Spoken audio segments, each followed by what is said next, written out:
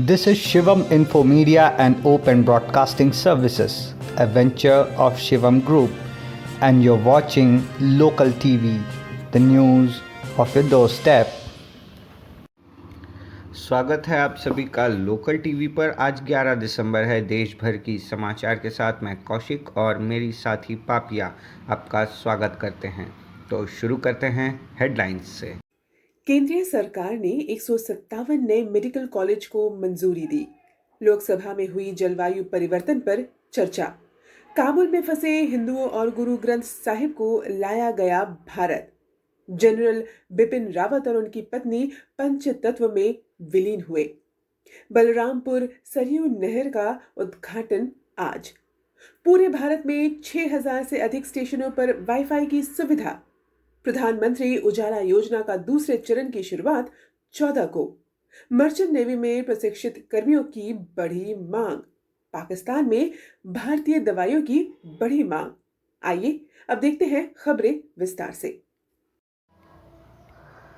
केंद्र सरकार ने 3 चरणों में 157 नए मेडिकल कॉलेज स्थापित करने की मंजूरी दे दी है। इसके अलावा देश में अब तक 70 मेडिकल कॉलेज चल रहे हैं। लोकसभा में एक लिखित उत्तर में केंद्रीय स्वास्थ्य और परिवार कल्याण राज्य मंत्री डॉक्टर भारती पवार ने कहा कि मंत्रालय ने नए मेडिकल कॉलेजों को जिला अस्पतालों और रेफरल अस्पतालों से जोड़ने की केंद्रीय सहायता योजना शुरू की है। उन्होंने कहा कि ऐसे जिलों पर प्राथमिकता ज़्यादा दी जाएगी जहां कोई सरकारी या निजी अस्पताल नहीं है। आज लोकसभा में दूसरे दिन भी नियम 193 के अंतर्गत जलवायु परिवर्तन पर चर्चा की गई। शिरोमणि अकाली दल के हरसिमरत कौर बादल ने प्रश्न किया कि वायु प्रदूषण के लिए केवल पंजाब और हरियाणा के किसानों को ही दोषी क्यों माना जाता है। उन्होंने कहा कि वास्तविकता यह है कि जलवायु परिवर्तन के कारण पंजाब के कृषकों का नुकसान हो रहा है।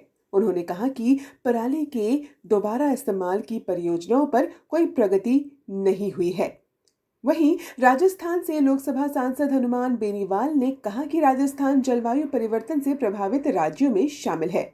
उन्होंने कहा कि प्रदूषण के लिए किसानों को ही दोषी माना जाता है, जबकि सीमेंट क्षेत्र सहित प्रदूषण फैलाने वाले उद्योगों के बारे में कोई बात नहीं की जाती है। बीजू जनता दल के भातृहरि मेहताब ने सुझाव दिया है कि 15 साल पुराने वाहनों को हटाने से संबंधित आदेश पर सरकार फिर से विचार करे। उन्होंने कहा कि ओडिशा उन राज्यों में शामिल है जो जलवायु परिवर्तन से प्रभावित है। इसके अलावा उन्हें पिछले 2 दशकों से बाढ़ या चक्रवाती तूफान का भी सामना करना पड़ रहा है। उन्होंने जलवायु न्याय और जलवायु अनुकूल जीवन शैली के महत्व पर बल दिया।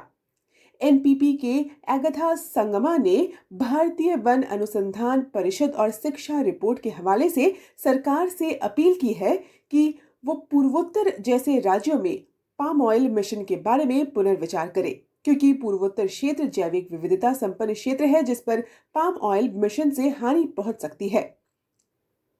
कांग्रेस सदस्य सुरेश कोडिकुन्निल ने कहा है कि विकसित देश विकासशील देशों को अपने ग्रीन हाउस उत्सर्जन की कीमत अदा करने पर मजबूर कर रहे हैं। उन्होंने दावा किया है कि केरल के कुछ द्वीप जलवायु परिवर्तन से प्रभावित है। बहुजन समाज पार्टी के दानिश अली ने वर्ष 2030 तक वनों की कटाई को रोकने के बारे में वैश्विक नेताओं के बयान पर भारत द्वारा हस्ताक्षर न करने के पीछे के उद्देश्य पर सवाल उठाए। निर्दलीय सदस्य अमरावती सांसद नवनीत कौर राणा ने जलाशयों को प्रदूषण मुक्त कराने के कार्यक्रम शुरू करने पर जोर दिया। भारतीय जनता पार्टी गणेश सिंह, एआईटीसी के अपरूपा पोद्दार और जनता दल यूनाइटेड के चंद्रेश प्रसाद ने भी इस बहस में भाग लिया। अफगानिस्तान में फंसे 110 लोगों को लेकर एक विशेष विमान आज काबुल से दिल्ली हवाई अड्डा पहुंचा। इसमें श्री गुरु ग्रंथ साहिब और हिंदू धर्म ग्रंथ भी साथ में भारत लाए गए। भारत पहुंचे इन लोगों में भारतीय नागरिकों सहित वहां फंसे हिंदू तथा सिख समुदाय के अफगान नागरिक हैं। अफगानिस्तान के ऐतिहासिक गुरुद्वारों में 3 गुरु ग्रंथ साहिब और रामायण, महाभारत तथा गीता सहित प्राचीन हिंदू धर्म ग्रंथ भी भारत लाए गए। गुरु ग्रंथ साहिब जी को महावीर नगर के गुरुद्वारा अर्जुन देव जी के पास रखा गया और हिंदू धार्मिक ग्रंथों को फरीदाबाद के असमई मंदिर में रखा जाएगा। ऑपरेशन देवी शक्ति के अंतर्गत अफगानिस्तान की एयरलाइंस कैम एयर का विशेष विमान आज काबुल से नई दिल्ली पहुंचा। विदेश मंत्रालय के अनुसार इसमें अफगान हिंदू सिख अल्पसंख्यक समुदाय सहित 10 भारतीयों और 94 अफगान लोगों को लाया गया है। 9 बच्चों, जिनमें 3 शिशु शामिल है, उन्हें भी लाया गया है। इंडियन वर्ल्ड फोरम ने इस सुचारू और सुरक्षित यात्रा के लिए प्रधानमंत्री नरेंद्र मोदी को धन्यवाद दिया है। सिख प्रतिनिधिमंडल ने भी भारतीय सरकार की मदद से अपने घर लौटने पर प्रसन्नता व्यक्त की है।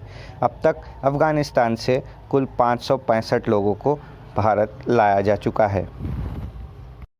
देश के प्रथम chief of defence staff general Bipin Rawat का आज पूर्ण सैनिक सम्मान के साथ नई दिल्ली के बरार स्क्वायर के शवदाह गृह में अंतिम संस्कार कर दिया गया।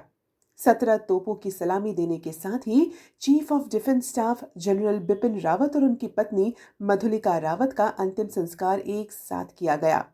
दोनों का तमिलनाडु में हुई हेलीकॉप्टर दुर्घटना में निधन हो गया था। बिपिन रावत की दोनों पुत्रियों कृतिका और तारिणी ने मुखाग्नि दी। रेल मंत्री अश्विनी वैष्णव ने राज्यसभा को बताया कि देश भर के 6000 से अधिक रेलवे स्टेशनों में अब तक वाईफाई सुविधाएं प्रदान की गई है। लिखित उत्तर में उन्होंने कहा है कि वाईफाई सेवा आम लोगों के लिए किसी भी दिन पहले आधे घंटे निःशुल्क और बाद में शुल्क के साथ उपलब्ध है।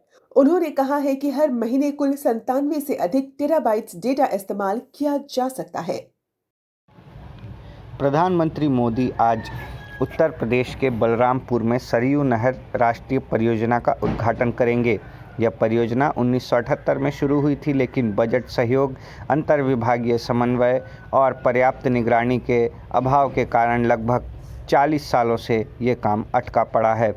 परियोजना के तहत 5 नदियों, जिनमें घाघरा, सरयू, राप्ती, बाणगंगा और रोहिणी, इन सभी को जोड़ा जाएगा ताकि क्षेत्र में जल संसाधनों का अधिकतम उपयोग हो सके।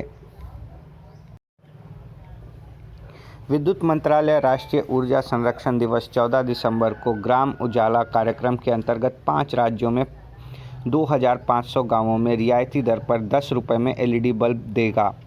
ये राज्य हैं बिहार, उत्तर प्रदेश, तेलंगाना, आंध्र प्रदेश और कर्नाटक। इस कार्यक्रम की शुरुआत इस वर्ष मार्च में की गई थी। इस कार्यक्रम के अंतर्गत बिहार और उत्तर प्रदेश में कम से कम 33 लाख से अधिक LED बल्ब वितरित किए जा चुके हैं। इस महीने 14 तारीख को इस कार्यक्रम को अन्य 3 राज्यों में भी लागू किया जाएगा। पिछले कुछ वर्षों के दौरान कॉमर्शियल एक्टिविटीज बढ़ने के कारण मर्चेंट नेवी में प्रशिक्षित कर्मियों की मांग बढ़ी है। पिछले 8 वर्षों के दौरान 8 लाख से अधिक नाविकों की भर्ती की गई। लोकसभा में एक लिखित उत्तर में पत्तन, पोत, परिवहन और जलमार्ग मंत्री सर्बानंद सोनोवाल ने कहा है कि इस समय पर्याप्त नाविक हैं। वाणिज्य और उद्योग राज्य मंत्री अनुप्रिया पटेल ने आज कहा कि भारत का दवाओं का निर्यात पाकिस्तान के लिए बढ़ाकर 2016-17 के 129.32 मिलियन अमेरिकी डॉलर से बढ़कर 152.32 मिलियन डॉलर कर दिया गया है। पाकिस्तान में भारतीय दवाइयों की मांग बम्पर मात्रा में बढ़ी है। राज्यसभा में लिखित उत्तर में सुश्री पटेल ने कहा कि कुछ मामलों में भुगतान की रसीद नहीं मिली है और इसके समाधान के लिए संबंधित अधिकारियों से बात की गई है। इसका मतलब ये है कि पाकिस्तान दवाई तो ले रहा है, लेकिन उधार में ले रहा है। यदि आपको हमारी ये प्रस्तुति पसंद आई हो तो एक लाइक जरूर कर दें। अपने दोस्तों और परिजनों से इस वीडियो को शेयर कर दें और कमेंट करके हमें उनकी राय दें। धन्यवाद।